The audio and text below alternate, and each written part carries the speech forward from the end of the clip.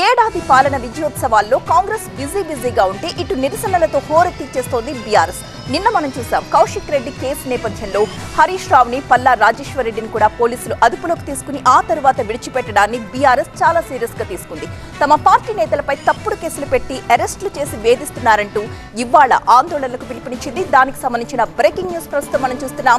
BRS నేతల అరెస్టులకు వ్యతిరేకంగా ఆ పార్టీ నేతలంతా నిరసనలకు సిద్ధమవుతున్నారు. ట్యాంక్ బండ్ అంబేద్కర్ విగ్రహం దగ్గర ధర్నాకు పిలుపునిచ్చారు ఆ పార్టీ నేతలు.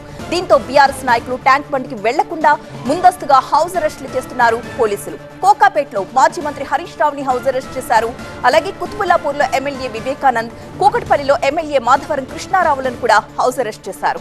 గ్రేటర్ ఎమ్మెల్యేలతో పాటు బీఆర్ఎస్ నేతల ఇళ్ల దగ్గర కూడా భారీగా పోలీసులు మోహరించి ఉన్నారు.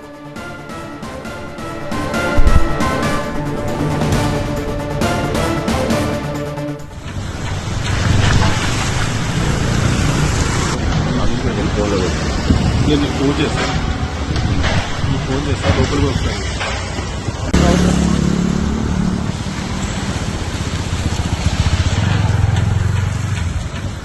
మా ప్రిన్సిపల్ కరెస్పాండెంట్ జ్యోతి లైవ్ లో జాయిన్ అవుతున్నారు. జ్యోతి, ఇప్పటికే బీఆర్ఎస్ ముఖ్య నేతలందరినీ కూడా హౌస్ అరెస్ట్ చేస్తున్న నేపథ్యంలో ఇవాల్టి బీఆర్ఎస్ ధర్నా అసలు జరిగే అవకాశం ఉందా?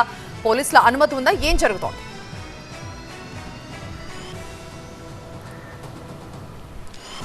బీఆర్ఎస్ ఎమ్మెల్యేలు, పార్టీ నేతలకు సంబంధించినటువంటి అక్రమ అరెస్టుల నేపథ్యంలో మాత్రం ఎక్కడికెక్కడ కూడా హౌస్ అరెస్టులు అయితే కొనసాగుతూ ఉన్నాయి. ప్రస్తుతం మనం ఎమ్మెల్యే అయినటువంటి వివేకానంద గౌడ్ ఇంటి దగ్గర ఉన్నాము. అతన్ని కూడా హౌస్ అరెస్ట్ చేశారు. మనం వాళ్ళ ఇంటి దగ్గర కూడా పోలీసులు కనిపిస్తూ ఉన్నటువంటి పరిస్థితి.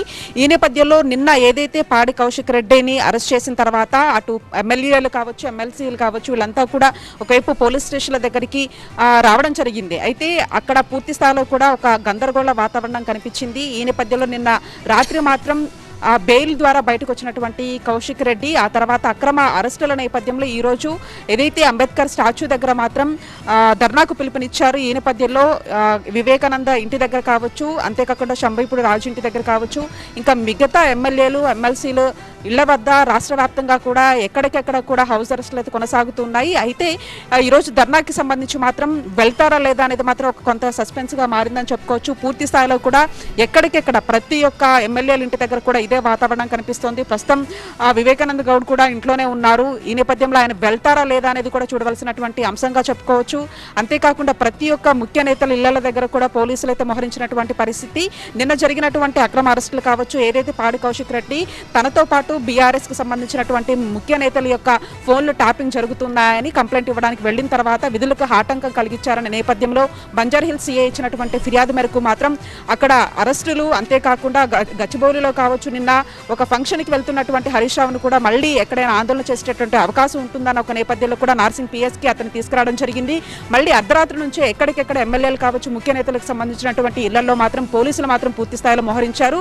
ప్రస్తుతం మనం కేపీ వివేకానంద గౌడ్ ఇంటి దగ్గర కూడా అటువంటి పరిస్థితి కనిపిస్తా ఉంది. అయితే ధర్నాకి వెళ్తారా లేదా అనే దానికి సంబంధించి మాత్రం ఒక సస్పెన్స్ అయితే కొనసాగుతుంది. ఎట్టి పరిస్థితుల్లో వెళ్లే దిశగా మాత్రం బీఆర్ఎస్ నేతలు మాత్రం ఆలోచిస్తున్నట్లుగా తెలుస్తుంది.